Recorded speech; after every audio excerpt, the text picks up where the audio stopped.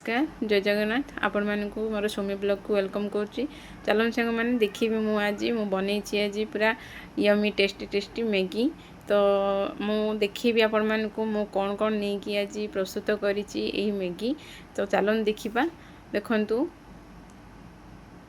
मुझे अटा मैगी बहुत ही भल देहपाई। आउ मुझे कटा पियाज कंचा लंका आलू कटा छोट छोट पीस करी मु आलू काटी टमाटो आ किछि मक्का। तो आपको नहीं कि आज आम प्रस्तुत करवा आज रेसिपी।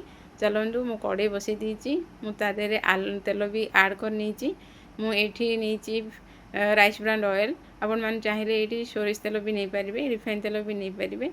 देखो मुझे पकई देती पियाज आ कंचा लंका आपको आम ब्राउन कलर पर्यंत टिके स्लो फ्लेम रे भाजी नेबा।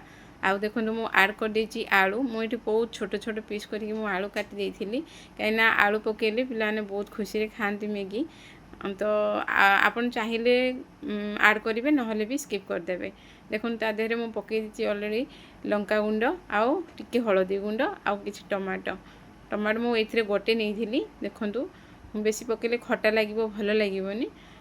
आउ किछि छड़ी रखी मु मक्का सिझेगी तादेहरे आड करनबा।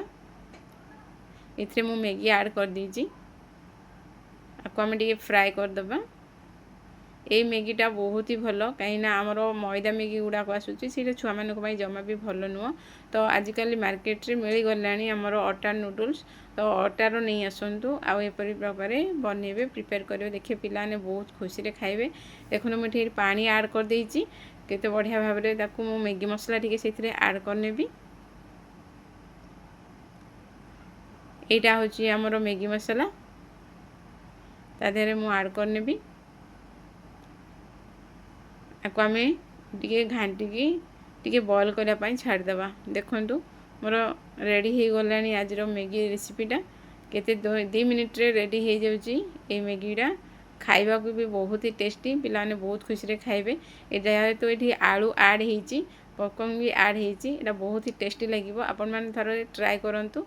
मु देखु मु काढ़ी नीचा बाउल को रेडी हो जाइए आज आमर यमी टेस्टी मैगी अटा नूडल्स। तो देखु आपण मैंने थोड़े एमती भाव में ट्राए करंतु देखिए पिलाने बहुत खुशी रे खाइबे। आपको आपण टिफिन रे भी रेडी करें स्कूल पे आउ घरे भी पिलान को आराम से खाइबा दे पारे। तो एमती भाव में प्रस्तुत करंतु। आउ चैनल रे नुआ थिले लाइक करेंगे शेयर करेंगे आउ सब्सक्राइब करेंगे आ कमेंट करेंगे कमेंट बॉक्स को जाइए। Thank you for watching.